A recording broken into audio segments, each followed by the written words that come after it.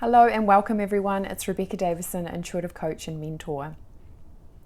One topic that I see that comes up a lot through the coaching work that I do is people saying, how come I'm not over this yet? How come I haven't healed all my pain? How come I'm not transcended or I finally arrived, so to speak?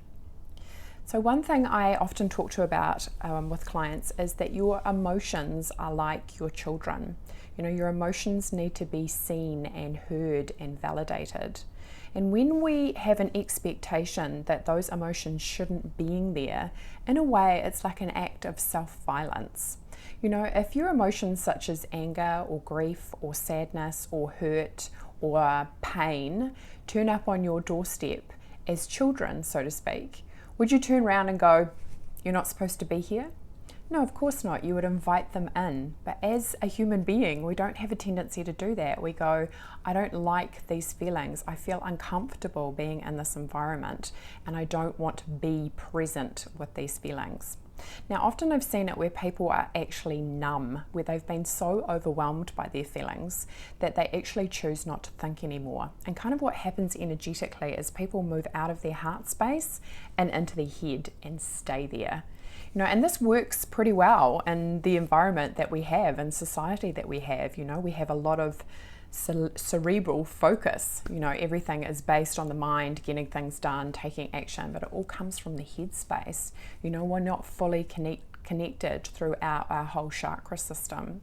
So I would encourage you, if you are struggling with something, or if you have overanalyzed something, or if you're in that state of why am I not over this, or why hasn't this shifted, then to move out of your head and into your heart space and really see your emotions as your own children and gather them in, love them. This beautiful quote that I heard by Jeff Foster, and he said, your emotions don't want to be healed, they want to be held. To really give you an understanding that often if we have lost somebody, or somebody's died, or we've broken up from a relationship, or something in our life isn't showing up the way that we want it, it's an invitation to feel those feelings. That's why I often ask people to concentrate on the heart, ask the heart to open up, be in the state of feelings, because when you are in the state of feelings, you are concentrating on opening up your energetic vibration.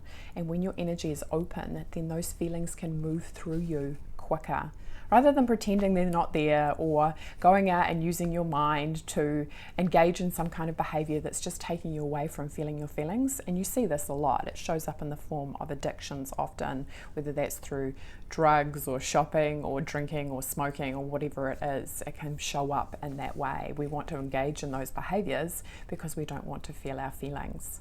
But if you just tweak that a little bit and see those feelings and emotions as your children, the love that you would naturally extend to your own children, ask those emotions and feelings to come closer, gather them in, be present with them, give them the attention and the love that they want. They'll come and go, but when they do show up, allowing yourself to be present with them. So allowing yourself to love your pain. And the beautiful thing is when you do that, the energy moves quicker, your heart opens more, you become more open-hearted, you become a feeler rather than a thinker, and what's more comfortable to be around? What feels more loving to be around? Somebody who's in their head or somebody who's in their heart space? And the beautiful thing is when you accept your own emotions, then of course you can accept the emotions and feelings of others around you, which creates a deeper sense of connection. There's one thing that I've realized throughout my work, and it's really that every situation that we go through, it's an invitation to go into love deeper.